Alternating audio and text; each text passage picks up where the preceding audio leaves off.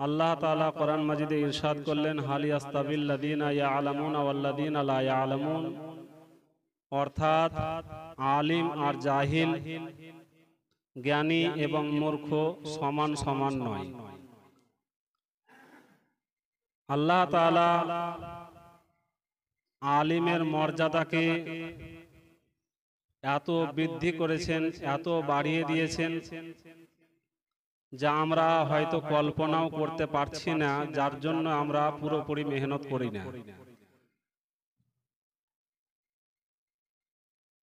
হুজুর সাল্লাল্লাহু আলাইহি সাল্লাম বলেন, তলাবুল ইলমি ফারিদাতুন আলা কুল্লি মুসলিম, জ্ঞান অর্জন করা প্রত্যেক মুসলিমের উপরে ফরজ।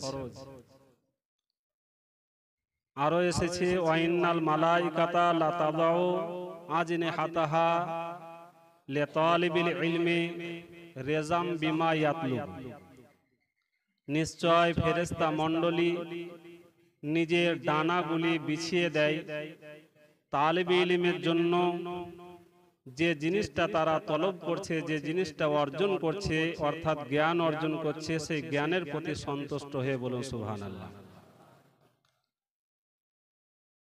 হাদিস আরো এসেছে, হুজুর সাল্লাল্লাহু আলাইহি সাল্লাম বলেন, মান খারাজা লিতালাবিল ইলমি, যে ব্যক্তি জ্ঞান অর্জন করার জন্য বের হলো, ফাওয়া ফি সাবিলিল্লাহ, সে ব্যক্তি আল্লাহর রাস্তায়, আল্লাহর পথের পথিক হয়ে গেল, হাত্তা ইয়ারজিয়া, যতক্ষণ পর্যন্ত তারা ফেরত না আসবে, বাড়ি ঘুরে না আসবে। আরো হাদিস এসেছে,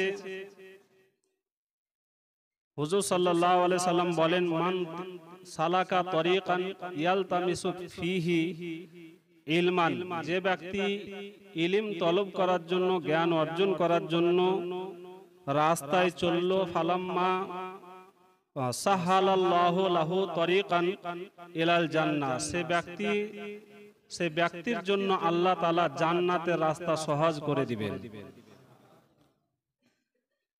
আরো বলেন, ওয়াইন্নাল আলিমা লা ইস্তাগফিরু লাহু মান ফিস সামাওয়াতি ওয়া মান ফিল আরদ, আলিমের জন্য আসমান ও জমিনের মধ্যে যাহা কিছু আছে সমস্ত জিনিস আলিমের মাগফিরাত কামনা করে, বলো সুবহানাল্লাহ।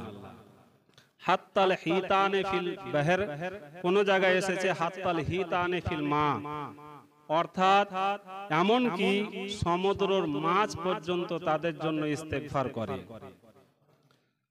আরো বলেন, ওয়াইন্নাল উলামা ওয়ারাসাতুল আম্বিয়া, উলামাগণ হচ্ছেন নবীদের ওয়ারিস, ওয়াইন্নাল আম্বিয়া লাম ইউআররিসু দিনারান ওয়ালা দিরহামান, আর নবীগণ কোন দিনার ও দিরহাম, টাকা পয়সার ওয়ারিস বানান না, ওয়াইন্নামা ওয়াররাসুল ইলমা, তিনারা ইলমের ওয়ারিস বানান, তিনারা জ্ঞানের ওয়ারিস বানান। ফামান আখাযাহু আখাযা বিহাজদিন ওয়াফির, তো যে ব্যক্তি এই ইলম হাসিল করে নিল, সে অনেক কিছু হাসিল করে নিল, বলুন সুবহানাল্লাহ। আমরা, তোমরা সকলেই মঞ্চে মঞ্চে আমরা বক্তব্য দিয়ে বেড়াই, কিন্তু হয়তো আমরা নিজেই আমল করি না। এ কথাগুলা তোমরাও হয়তো বলো, কিন্তু কতজন আমল করে সেটা পরের ব্যাপার। হাদিস শরীফ ইলম সম্বন্ধে, ইলম সম্পর্কে অনেক এসেছে, ইলমের ফজিলত সম্পর্কে সবকিছু বলার সময় এখানে নাই। এই জ্ঞানটা হলো নবীদের, আমরা যে জ্ঞান অর্জন করছি এটা নবুয়াতের জ্ঞান। এটা চারটিখানি কথা নয়, এটা একটা বড় ধরনের জ্ঞান। নবীগণের ওয়ারিস বলা হয়েছে আলিমদেরকে। কোন আলিমকে বলা হয়েছে? যার মধ্যে ইলম থাকবে। যার মধ্যে ইলম আছে সে হলো আলিম, আর যার মধ্যে ইলমই নাই সে আলিম নয়, যতই ওর মাথায় 14টা 15টা পাগড়ি চড়ে যাক না কেন। ডিগ্রি দেখা হবে না আল্লাহর দরবারে, আল্লাহর দরবারে আমল দেখা হবে, তার ভিতর দেখা হবে। ভিতর কতটা ঠিক আছে সেটা দেখা হবে, কতটা ডিগ্রি আছে তোমার কাছে, কতটা সার্টিফিকেট আছে, কতটা তোমার পাগড়ি আছে, এটা আল্লাহ দেখবেন না। সুলতানপুর মাদ্রাসায় তোমরা দেখতেই পাচ্ছ তোমাদের যোগ্য বিজ্ঞ শিক্ষক এনারা এখানে পড়াচ্ছেন। এই মাদ্রাসার কমিটিও আল্লাহ ইনাদের উপরে রহম করুক। ইনারা যখন আমাদেরকে নিযুক্ত করেন, নিয়োগ করেন, তিনারা কিন্তু সার্টিফিকেট চাননি। আপনার হেড হুজুর আছেন, আরো অন্যান্য ওলামায়ে কেরাম আছেন, ওনারা কিন্তু সার্টিফিকেট আমাদের কাছে চাননি। কমিটি কি দেখেছিলেন? ওনারা ইলিম দেখেছেন। ওনারা ইলিম দেখেছেন যে ইলিম যদি হয় তাহলে আলিম মেনে নিব, সার্টিফিকেট থাক চাহে না থাক, আর এটাই হওয়া দরকার। ইলিম অর্জন করো, জ্ঞান অর্জন করো, ডিগ্রির পিছনে শুধু পড়িও না, নামের পিছে পড়িও না। আজ কিছুদিন পরে আমাদের জালসা হবে, কেরাতের পাগড়ি হবে, আলিমিয়াতের পাগড়ি হবে, ফজিলাতের পাগড়ি হবে। মনে হচ্ছে তোমাদের অবস্থা দেখে, আগে ছিল আমাদের একটা নিয়ম যে কেরাতের নাম্বারের উপরে ভিত্তি করে পাগড়ি দেওয়া হবে। কি হয়তো তখন সব বই বাদ, শুধু কেরাতের বই নিয়ে দিন রাত। কিসের জন্য? একটু চিন্তা করো, চিন্তা করো যে কিসের জন্য এরকম করছি আমি। রাবেয়াতে পাগড়ি হতো, উসুলুস শাসি, কত দামি বই, আরো অন্যান্য বই আছে যেগুলা সবই মূল্যবান বই, খুবই গুরুত্বপূর্ণ বই, কিন্তু সে সব বইগুলাকে বাদ দিয়ে শুধু কেরাতের বই নিয়ে লড়ালড়ি। কিসের জন্য? যাতে পাগড়ি আমি বেশি আগে পেতে পারি, রোল নাম্বার যেন আমার উপরে হয়, লোক যেন আমাকে দেখে যে হ্যাঁ যোগ্যকারী হয়েছে। বলো আমাদের নিয়ত কোন দিকে চলে যাচ্ছে? নিয়ত কোন দিকে চলে যাচ্ছে আমাদের? আরে তোমার বাপ মা ভর্তি করেছে মাদ্রাসায়, পড়াচ্ছে, তাদের মধ্যে কিছু জনের নিয়ত হয়তো ভালো নাও হইতে পারে, টাকা পয়সা ইনকাম করা, এটাই নিয়ত হইতে পারে কারো কারো, কিন্তু তোমার তো নিয়ত ভালো হওয়া দরকার। তুমি তো রাবেয়া সালেসা পৌঁছে যাচ্ছ, তোমার তো নিয়ত ভালো হওয়া দরকার। তুমি তো মাদ্রাসা আসার পরে পরেই মনে হয় কিছুদিনের মধ্যেই তোমরা শুনেছো ইন্নামাল আমালু বিন্নিয়াত, নিয়তের উপরে সবকিছু আমল ডিপেন্ড করে। বক্তব্য দিতে শুরু করছো, এমনকি এ দাদি আওয়ালে ছেলেরাও বক্তব্য দিচ্ছে এই হাদিস বলে, কিন্তু নিজে আমল করি না। এটা বড় ধরনের খারাপি। আমাদেরকে ইলম হাসিল করতে হবে, মেহনত করতে হবে, পরিশ্রম করতে হবে, যেভাবে হওয়া দরকার। তুমি কোনো দুনিয়াবি জ্ঞান অর্জন করছো না, দুনিয়াবি ডিগ্রি অর্জন করছো না, এটা ডিগ্রি অর্জন করার এই রাস্তাটা নয়। এই রাস্তাটা হলো নবুয়াতের জ্ঞান। আর ওলামাগণ যে হচ্ছে নবীদের ওয়ারিস, এই ওয়ারিস হওয়ার হক, ওয়ারিস কিভাবে হওয়া যায় তার যোগ্যতা অর্জন করা, তার যোগ্যতা অর্জন করা। পাগড়ি পেলে ওয়ারিস হয়ে গেলে না, সার্টিফিকেট পেয়ে গেলে ওয়ারিস হয়ে গেলে না, তোমাকে ইলম আনতে হবে নিজের ভিতরে, আর তার সাথে সাথে তোমাকে চরিত্র ঠিক করতে হবে। আখলাক ও চরিত্র, হাদিস শরীফের মধ্যে এসেছে যে চরিত্র থেকে কিয়ামতের মাঠে যখন দাঁড়ি পাল্লায় মাপ করা হবে গুনাহ আর নেকি, সেই সময় নেকির পাল্লাতে সব থেকে ভারী জিনিস যেটা হবে সেটা হলো চরিত্র, সুচরিত্র। বলুন সুবহানাল্লাহ। ভালো চরিত্র, তো ভালো চরিত্রের অধিকারী হতে হবে, মেহনত করতে হবে, পরিশ্রমও করতে হবে। আমার তো কখনো কখনো তোমাদেরকে দেখে সন্দেহ হয়ে যায়, মনে হয় যে আমি যত ব্রেনিয়াল, আল্লাহ তাআলা যতটুকু বুদ্ধি দিয়েছেন আমার থেকে অনেক গুণ তোমাদেরকে বুদ্ধি দিয়েছেন। অনেক ছেলে আছে যা বাস্তবে আমার থেকে অনেক বুদ্ধি, কিন্তু বুদ্ধিটাকে কাজে খুব কম লাগায়। আল্লাহ তাআলা বুদ্ধি দিয়েছেন, বুদ্ধিটাকে কাজে লাগাতে হবে। আকল দিয়েছেন আল্লাহ, আকলকে কাজে লাগাতে হবে। প্রত্যেকটা নিয়ামতের ব্যাপারে জিজ্ঞাসা করা হবে। কোরআন মাজিদে আছে সুম্মা লা তুসআলুন্না ইয়াউমাইদিন আনিন নাঈম, সেই দিন তোমাদেরকে নিয়ামত সম্পর্কে জিজ্ঞাসা করা হবে। প্রত্যেকটা পুঙ্খানুপুঙ্খভাবে প্রত্যেকটা নিয়ামত সম্পর্কে তোমাকে জিজ্ঞাসা করা হবে। কোন নিয়ামতকে তুমি কোন কাজে লাগিয়েছো? আল্লাহ তাআলা এত বুদ্ধি দিয়েছেন, বুদ্ধির তুলনায় আর কোন বড় নিয়ামত আছে মানুষের জন্য?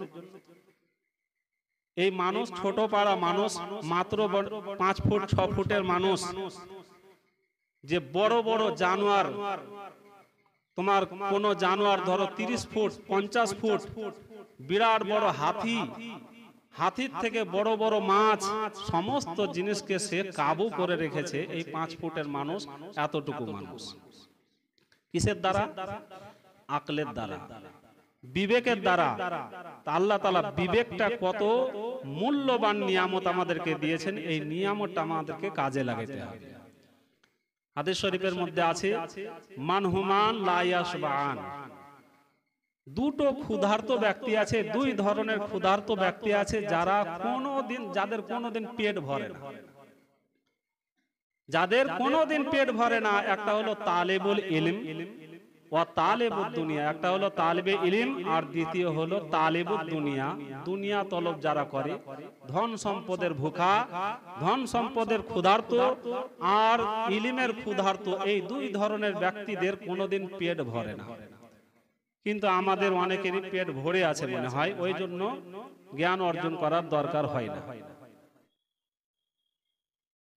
তোমরা তালাবায়ে এজাম, এখন তোমাদের কাঁচা বুদ্ধি, এখন তোমাদের কাঁচা বুদ্ধি, কিন্তু মানুষ সাবালক হওয়ার পর 16-17 বছর হওয়ার পরেও যদি তার নিজের টার্গেটকে ঠিক না করতে পারে, তো সে আর তার কোমর ভেঙে যাবে, সে পুরো জীবন আর উঠা মুশকিল। 16-17 বছর হয়ে যাওয়ার পর তার নিজের টার্গেট একটা ঠিক করা দরকার, যে আমাকে কি করা দরকার, কি করা উচিত, আমার কি আমার করা উচিত নয়, কি আমাকে করতে হবে আর কি আমাকে বর্জন করতে হবে, এটা আমাদের মধ্যে হওয়া উচিত। এমনকি ছেলেদের মধ্যে দেখা যায় 18-19 বছর 20 বছর হয়ে যাচ্ছে, তবুও কিন্তু এই জিনিসটা আসছে না, মোটেই আসছে না।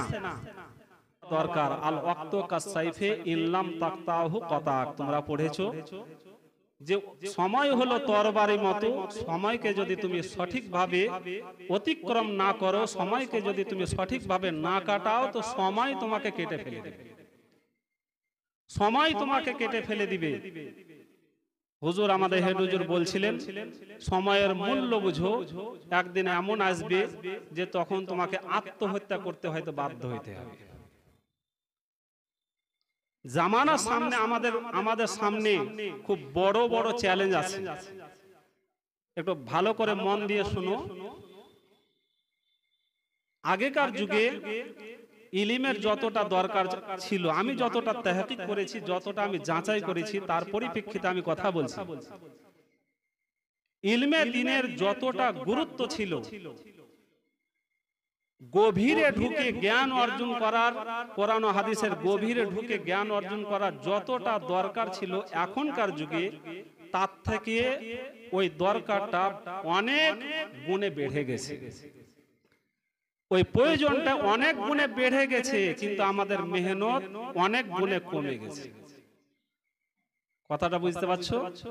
যতটা প্রয়োজনটা আমাদের বেড়ে গেছে, এখন হাজারো রকমের ফিতনা, হাজারো রকমের ফিতনা। এখন একদিক থেকে ফিতনা নয়, গায়রের থেকেও ফিতনা, গায়রের দিক থেকেও ফিতনা, নিজেদের মধ্যেও ফিতনা। আমাদের মুসলমানের মধ্যে হাজারো রকমের ফিরকা জন্ম নিয়েছে। আবার যে অমুসলিম আছে, তারাও আমাদের উপরে হাজারো রকমের আপত্তি তুলছে। এই আপত্তিগুলোর জবাব দেওয়ার জন্য, এই আপত্তির সম্মুখীন হওয়ার জন্য, এগুলোর সাথে লড়াই করার জন্য তুমি কি প্রস্তুত হচ্ছ? লড়াই করার জন্য তোমাকে তরবারি শিখতে হবে না, তরবারি চালা শিখতে হবে না, ঘোড়া চালা শিখতে হবে না, বন্দুক চালা শিখতে হবে না। কি করতে হবে? এই তোমাকে পড়া লেখাতে মেহনত করতে হবে, পড়া লেখাতে মেহনত করতে হবে। প্রচুর হারে পরিশ্রমের দরকার, কিন্তু যতটা দরকার, যত গুণ বেশি দরকার পড়ে গেছে আজ, তত গুণ কমে গেছে আজ। তত গুণ কমে গেছে। তাহলে আমাদের অবস্থাটা মানে একদিক দিয়ে তোমার মানে ক্ষতি হচ্ছে না, একদিক দিয়ে ক্ষতি হচ্ছে না, প্রয়োজনটা বাড়ছে, এটা একটা ব্যাপার হয়ে যাচ্ছে। আবার আমাদের মেহনতটাও কমে যাচ্ছে, আরো কমে যাচ্ছে। দুটো দিকে চাপে আমাদের এই ইসলামকে এখন ইসলাম ধর্মের খিদমত করা খুব কঠিন হয়ে গেছে, খুব কঠিন হয়ে গেছে। আর কারণ হলো যে সংখ্যাই কম হয়ে গেছে আলিম। বাস্তবে যারা আলিম তারা সংখ্যাই কম হয়ে গেছে, কোন দিক করবে তাল পায় না, কোন দিক করবে তাল পায় না। আর যারা করছে তাদেরও কিন্তু সময় সেভাবে দেওয়া হয় না। কারণ হলো সময় দেওয়া হয় না যে সমাজ তাদেরকে সময় দিতে দিচ্ছে না, সমাজ তাদেরকে সময় দিতে দিচ্ছে না, ওকে ওই কাজে ব্যস্ত রেখে দিচ্ছে। ওকে ওই যে দিনের খিদমত কিছু করবে তার কিন্তু সময় দেওয়া হচ্ছে না। মসজিদ মাদ্রাসা নিয়ে পাগল করে দিয়েছে তোমার ভালো ভালো আলিমদেরকে, যারা সংখ্যায় খুব কম আছে। তারা দিনের খিদমত করবে কি করে? কিন্তু আমাদের মধ্যে হওয়া উচিত ছিল কি, যদি তোমাদের মধ্যে ইলম ভালো হয়, তুমি যদি মাদ্রাসাতে ভালোভাবে মাদ্রাসাতে নাও পড়াও, মসজিদে যদি নাও থাকো, কমপক্ষে ইলমের মর্যাদাটা বুঝবে, কমপক্ষে তুমি ইলমের মর্যাদা বুঝবে, দিনের খিদমত কি হারে দরকার, কিভাবে দরকার সেটা বুঝবে তুমি। এতে কি করা হবে? আমি এটা আমার একটা আশা যে মাওলানা আলিম, মাওলানা তালবিল ইলম সবাইকে নিয়ে একটা যেন কমিটি বানানো হয় আমাদের মধ্যে, আহলে সুন্নাত ওয়াল জামাতের মধ্যে একটা কমিটি বানানো হয়। আর কমিটি বানার পরে কিছু আলিম, যোগ্য বিজ্ঞ আলিম, তাদেরকে দিনের খিদমতের জন্য, মাদ্রাসা মসজিদের জন্য তো সবাই আছেই, তার সাথে সাথে ধর্মীয় খিদমতের জন্য আলাদা খিদমত, যেমন নেটের দুনিয়ায় খিদমত, বক্তব্যের দুনিয়াতে খিদমত, এই লাইব্রেরি একটা অর্জন করা, তার জন্য লাইব্রেরি একটা মানে ব্যবস্থা করা, যাতে পর্যাপ্ত কিতাব থাকবে, এই ধরনের একটা লাইব্রেরি হতে হবে। এই ধরনের কিছু আলিমকে, আলিমের খিদমত নিতে হবে, যাদেরকে মোটা একটা টাকা তোমার বেতন হিসাবে দিয়ে তাদেরকে রাখা হবে। তারা শুধু মাদ্রাসা মসজিদ বাদ দিয়ে এই বাকি যে খিদমত গুলো আছে সেগুলো শুধু করবে, সেগুলো সম্পর্কে তাহকিক করবে। আজ বিভিন্ন রকমের আপত্তি উঠছে আমাদের উপর, শুধু আহলে সুন্নাত ওয়াল জামাতের উপরে নয়, মুসলমানের উপরে। বিরোধী যারা আছে তাদের মধ্য থেকে অনেক রকমের আপত্তি, সে আপত্তিগুলোর জবাব দিবে, তাদের তাহকিক সহকারে জবাব দিবে। এবার হচ্ছে না কেন? এক তো সংখ্যাই কম, তারপরে তোমার লাইব্রেরির সেরকম কোনো ব্যবস্থা নাই আমাদের মধ্যে, লাইব্রেরির কোনো ব্যবস্থা নাই। তারপরে যারা আবার সংখ্যায় কম আছে তাদেরকে ব্যস্ত করে দেওয়া হয়েছে মসজিদ আর মাদ্রাসা নিয়ে, ওগুলা নিয়েই ব্যস্ত থাকো, কোনো রকমের খিদমত করার কিছু দরকার নাই তোমাদের, এইভাবে ব্যস্ত করে রেখে দেওয়া হয়েছে। তো তোমাদের মধ্যে যদি ইলম হয়, তোমরা যদি ভালো করে মেহনত করো, পরিশ্রম করো, তো এই যে আমি যে কথাগুলা বলছি সেগুলা তুমি গভীরে গিয়ে তুমি একটু চিন্তা করতে পারবে, সেটাকে উপলব্ধি করতে পারবে যে হ্যাঁ, দিনের খিদমত কতটা দরকার আছে আমাদের, কতটা দরকার আছে সেটা উপলব্ধি করতে পারবে। আর যদি তোমার মধ্যে সেরকম কিছু না হয়, তো যারা আলিম না হয় আর আলিমের নামে জাহিল হয়, তারা কিন্তু আল্লাহকে ভয় করে না। আলিমের নামে যারা জাহিল হয়, শুধু পাগড়ি লাওয়া আলিম, তাদের মধ্যে আমি অনেককে দেখেছি যে তারা আল্লাহকে ভয় করে না, যার কারণে চাঁদার টাকা পর্যন্ত নিজের পেটে ভরে নেয়, চাঁদার টাকা পর্যন্ত নিজের পেটে ভরে নেয়, মাদ্রাসা মসজিদের টাকাকে কোনো তোয়াক্কা করে না, কোনটা হালাল আর কোনটা নাজায়েজ, কোনটা হারাম, কিচ্ছু তোয়াক্কা করে না, কোন রকমের বাছাবাছি করে না। কেন? আল্লাহর ভয় নাই। ইলম যদি থাকে তবেই না আল্লাহর ভয় হবে, ইলম যদি না থাকে তো কি করে আল্লাহর ভয় হবে? তো যাই হোক, তোমরা ভালো করে মেহনত করো, পরিশ্রম করো, আর চরিত্র ভালো করে গঠন করো। আজকাল হয়ে যাচ্ছে কি একটা জিনিস, আমাদের মুসলমানের মধ্যে, বিশেষ মুসলমানের মধ্যে, এমন কি আমাদের তালিবুল ইলমদের মধ্যেও এই জিনিসটা চলে এসেছে, সেটা হলো গায়রের সাথে মুসাবাহাত, অমুসলিমদের সাথে মুসাবাহাত, অমুসলিমদের মতো চলন ফিরন। আল্লাহ তাআলা কোরআন মাজিদে বললেন, ইয়া আইয়ুহাল্লাযীনা আমানু লা তাকুনু কাল্লাযীনা কাফারু, তোমরা কাফিরদের মতো হইও না। তোমরা কাফিরদের নকল করিও না, কাফিরদের অনুসরণ করো না, কাফিরদের মতো হইও না। আর আল্লাহ তাআলা কি বললেন, ইয়া আইয়ুহাল্লাযিনা আমানু লা তাত্তাখিযুল ইয়াহুদা ওয়ান নাসারা আউলিয়া, ইহুদি ও খ্রিস্টানদেরকে তোমরা বন্ধু রূপে গ্রহণ করো না, বন্ধু বানায়ও না তাদেরকে। আমাইয়া তাওয়াল্লাহুম মিনকুম, আর যে ব্যক্তি তাদেরকে বন্ধু রূপে গ্রহণ করে নিল, ফাইন্নাহু মিনহুম, সে তাদেরই মধ্যে গণ্য হয়ে গেল। বলো তো, আমরা টিকা লাগাই না, আমরা পয়তা বাঁধি না, আমরা ওই যে সালিব খ্রিস্টানদের লটকায় সেটাও আমরা লটকাই না, কিন্তু ভিতর ভিতরে এমন কিছু করি যা বলতেই লজ্জা আর শুনতেই লজ্জা। আজ তোমরা চুল কাটাতে যাও, বলো তো কার নকল করো? হাসবে না? কি বললেন আল্লাহ তাআলা কোরআন মাজিদে, ইয়া আইয়ুহাল্লাযিনা আমানু লা তাকুনু কাল্লাযিনা কাফারু। এটা কোরআনের কথা। এটা ইহুদি ও খ্রিস্টানদের সাথে যে বন্ধুত্ব করলো, সে ব্যক্তি ইহুদি খ্রিস্টানের মধ্যেই হয়ে গেল, ফাইন্নাহু মিনহুম। আরো হাদিস শরীফে আছে, আবু দাউদ শরীফের হাদিস, মান তাশাব্বাহা বিকওমিন ফাহুয়া মিনহুম, যে ব্যক্তি কোন যে শ্রেণীর নকল করলো সে তাদেরই মধ্যে গণ্য হয়ে যাবে, সে তাদেরই মধ্যে গণ্য হয়ে যাবে। অন্যান্য হাদিসে এসেছে লাইসা মিন্না, সে ব্যক্তি আমাদের দলের নয়। যে ব্যক্তি অন্য লোকের বিধর্মীদের নকল করে সে আমাদের মধ্যে নয়। বলো তো, এই যে চুল কাটা, এ প্যান পরা, শার্ট পরা, তোমরা তালবে ইলম, এত আল্লাহ তাআলা মর্যাদা দিয়েছেন, কিন্তু তোমার কোরআন হাদিসের উপরে আল্লাহ জানেন বিশ্বাস আছে কিনা? সাধারণ মানুষও না তোমরা, তোমরা বক্তব্য দিয়ে বেড়াও, তোমাদের বিশ্বাস আছে ঠিকভাবে? যদি বিশ্বাস যদি থাকে যে তোমরা হলে আকরাম, তোমরা হলে সব থেকে সম্মানিত, তোমরা হলে সব থেকে সম্মানিত, আর তোমাদের চরিত্র এরকম হওয়া উচিত যে এক ডোম চামারে তোমরা নকল করবে, এক ভাঙ্গির নকল করবে তোমরা। এত তোমার মর্যাদা কম হয়ে গেছে। তুমি যদি নিজেই নিজের মর্যাদাকে কম করে দাও, কে তোমাকে উঠাবে? নিজেকেই যদি তুমি পায়খানার মেথর হিসাবে তুমি ডিক্লিয়ার করে দাও, তো তোমাকে কে আলিম বলে মেনে নিবে? কে আলিম বলে মেনে নিবে? তুমি তো নিজেই ডিক্লিয়ার করে দিছো যে আমি ওই হারামখোর, ওই নৌটঙ্কিবাজ, ওই কোন বিধর্মী, যাদের আমাদের জুতোর সমান মর্যাদা নাই। একটা মুমিনের জুতোর মর্যাদা যতটুকু আছে, সেই কাফিরের অতটুকু মর্যাদা নাই, তার তুমি নকল করছো। আশ্চর্য ব্যাপার। আজকে একটা বুখারী শরীফে হাদিস পড়লাম,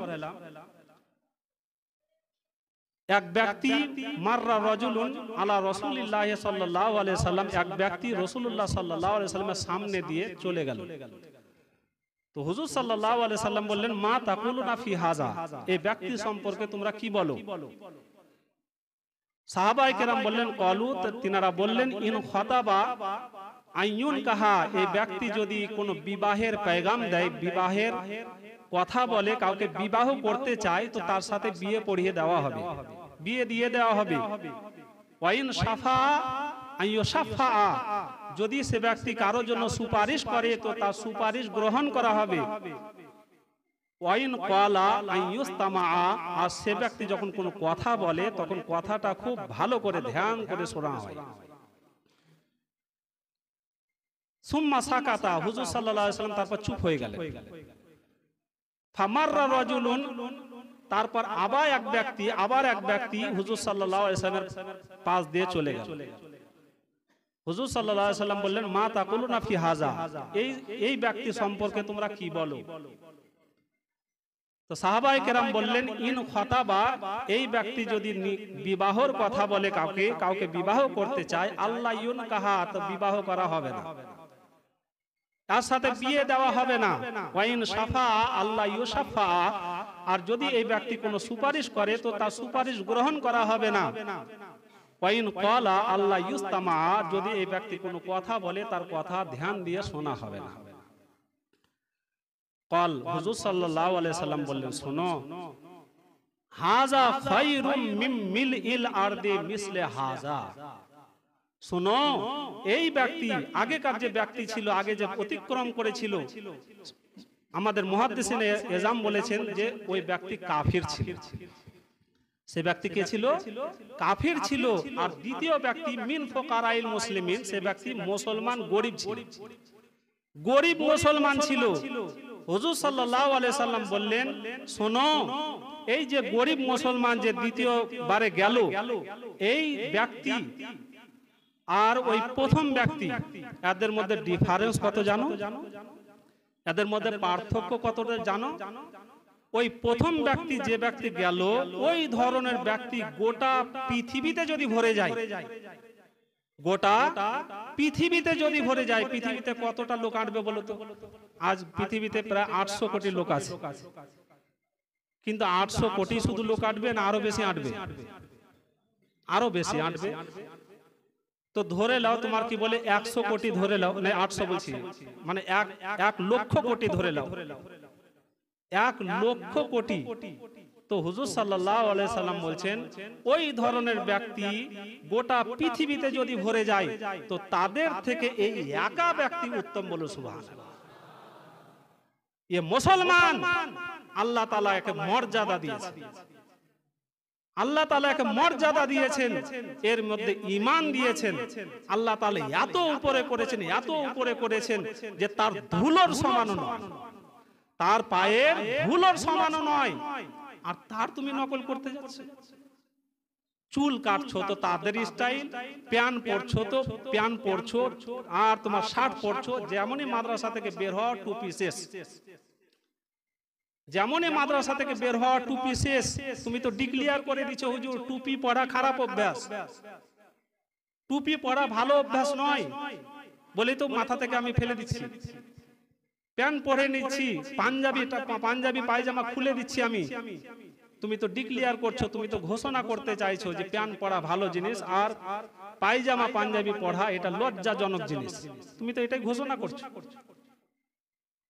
তো তুমি যাদের মতো হতে যাচ্ছ তাদেরই মতো হবে, তাদেরই মধ্যে গণ্য হবে তুমি। কিতাবের মধ্যে এসেছে, ভালো করে শ্রবণ করো, একজন মুমিন ব্যক্তি, একজন খাঁটি মুমিন ব্যক্তি কাবা শরীফের থেকে উত্তম, বলো সুবহানাল্লাহ। চিন্তা করেছো তুমি? আরে তোমার পায়ের নিচে যে ধুলো আছে, বরং তোমার চপ্পলের তলে যে ধুলো আছে, যে হারামখোরের তুমি নকল করছো, যে নৌটাঙ্কি বাজে নকল করছো তুমি, যেই তোমার কি বলে বিধর্মী যে নকল করছে, সেই বিধর্মীটা তোমার ওই জুতোর তলে যে ধুলোটা আছে, সেই ধুলোরও সমান, তাদের তুমি নকল করতে যাচ্ছ। তো তুমি সেই রকমই তো জালিল হবে। মান তাশাব্বাহা বিকওমিন ফাহুয়া মিনহুম, যে ব্যক্তি ওই অসম্মানিত ব্যক্তি, যে ব্যক্তি ওই ডোম চামার, ওই নৌটাঙ্কিবাজ হারামখোরদের যে অনুসরণ করবে, ফাসিকদের অনুসরণ করবে, কাফিরদের অনুসরণ করবে, বিধর্মীদের অনুসরণ করবে, তো তাদেরই মতো জালিল হবে। আর আমরা জালিল কেন হচ্ছি? আমাদের দোষ আছে। আমরা অসম্মানিত কেন, অবহেলিত কেন, আজ অপদস্থ হয়ে যাচ্ছি চারিদিকে আমরা? এর কারণ কি? আমাদের নিজেদের ভিতরটাই ঠিক নাই, নিজেদের ভিতরটাই আমাদের ঠিক নাই। আমরা নিজেই নিজের সম্মানকে ডাউন করে দিয়েছি, শেষ করে দিয়েছি আমরা নিজের সম্মান। আমি তো নিজের পোশাককে আমি নিজে ভালোবাসি না, জুব্বা পাগড়ি বা পায়জামা পাঞ্জাবি নিজেই তো ভালোবাসি না, তো আমাকে কে ভালোবাসবে? হুজুর, পায়জামা পাঞ্জাবি যখন আমি পরবো তো আমাকে কে ভালোবাসবে? আমি তো নিজেই ভালোবাসি না। আমি চিন্তা করা দরকার। চুল কাটা যখন আমরা চেক করছি, চুল চেক করছি, কত ছেলে বাপ রে বাপ, মানে যে চুল কেটে দেওয়া হয়েছে তো তার গর্দনকে কেটে দেওয়া হয়েছে। বাপ, কিসের লেগে এগুলো হবে? তুমি তো ইলম হাসিল করতে এসেছো, জ্ঞান অর্জন করতে এসেছো। হযরত ইমামে মুহাম্মদ আলাইহির রহমত ওয়া রিদওয়ান যখন ইমামে আজম আবু হানিফা রাদিয়াল্লাহু তাআলা আনহুর কাছে জ্ঞান অর্জন করতে গেলে তো তিনাকে নাড়া করে দেওয়া হয়েছে, তিনাকে নাড়া করে দেওয়া হয়েছিল। শুকর মানাও যে তোমাদেরকে নাড়া করা হয় না। চুলের দিকে যেন তোমাদের ধ্যানটা না থাকে, তার জন্য চুলটা কাটা। চুলের দিকে ধ্যান হয়ে যাচ্ছে, সাজ পোশাকের দিকে ধ্যান হয়ে যাচ্ছে, পড়ার দিকে ধ্যান কমে যাচ্ছে, যার জন্য এইরকম করা মাদ্রাসাতে করা হয় যে চুলের দিকে, স্টাইলের দিকে যেন ধ্যানটা তোমার কম থাকে, পড়ার দিকে ধ্যানটা যেন বেশি হয়। ব্রাদার মিল্লাতে ইসলামিয়া, আমি তলবায়ে এজামকে আজ আমি ওস্তাজে কেরাম যিনারা আছেন, আসাতেজায়ে কেরাম, তিনাদেরকে আমি কিছু বলছি না, তোমাদেরকে সম্বোধন করে আমি বলছি। বুঝার সময় আছে এখনো, বুঝো। কয়দিন পরে ফারিগ হয়ে যাবে, ফারিগ হওয়ার পরে তখন খুবই আফসোস করতে হবে, খুবই তোমার পস্তানা লাগবে, তখন তোমার কোনো রাস্তা আর থাকবে না, কোনো রাস্তা থাকবে না। এমন ভাবে বিজি হয়ে যাবে তুমি, এমন ভাবে ব্যস্ত হয়ে যাবে সংসারের জন্য, অন্যান্য কাজের জন্য, যে আর ইলম হাসিল করার সময় হবে না। যা হাসিল করবে এখন করো, তারপরে যেটা হাসিল করা তো দরকার, কিন্তু হয় না। ভালো আলিম জিনারা তাদেরকে সময় দেওয়া হয় না। হ্যাঁ, অনেকে আছো যে বক্তা হওয়ার চেষ্টা করো।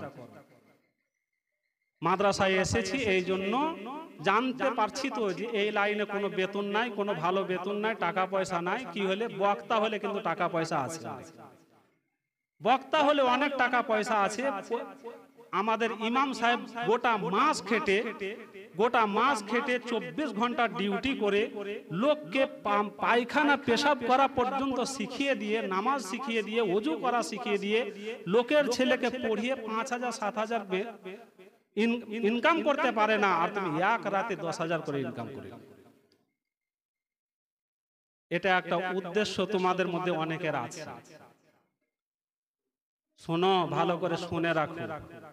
হাদিস শরীফের মধ্যে এসেছে, আল জামিউ সাগীর থেকে হাদিস বর্ণিত হয়ে আছে, মা মিন আবদিন ইয়াখতুবু খুতবাতান, কোন বান্দা যখন কোন তাকরীর করে, বক্তব্য দেয়, কোন বান্দা বক্তব্য, যে বান্দা বক্তব্য দেয়, তাকরীর করে, ইল্লা সাইলুহুল্লাহু আনহা ইয়াউমাল কিয়ামাতি, ওই বান্দাকে আল্লাহ তাআলা জিজ্ঞাসা করবেন কিয়ামতের মাঠে, মাজা আরাদা বিহা, এই বক্তব্য দিয়ে তোমার কি উদ্দেশ্য ছিল? এই বক্তব্য যে দিলে তুমি, সেই বক্তব্য দিয়েছিলে, এই বক্তব্যের উদ্দেশ্য কি ছিল? তুমি কিসের জন্য বক্তব্য দিয়েছিলে? সংশোধনের জন্য বক্তব্য দিয়েছিলে? দ্বীনকে প্রচার করার জন্য বক্তব্য দিয়েছিলে, নাকি পয়সা অর্জন করার জন্য বক্তব্য দিয়েছিলে, নাকি তুমি নাম অর্জন করার জন্য বক্তব্য দিয়েছিলে? এটা আল্লাহ তাআলা জিজ্ঞাসা করবেন। আমাদেরকে ভালো করে এই কথাগুলো স্মরণে রাখা উচিত। যাই হোক, আমি আর বেশি কথা বলবো না।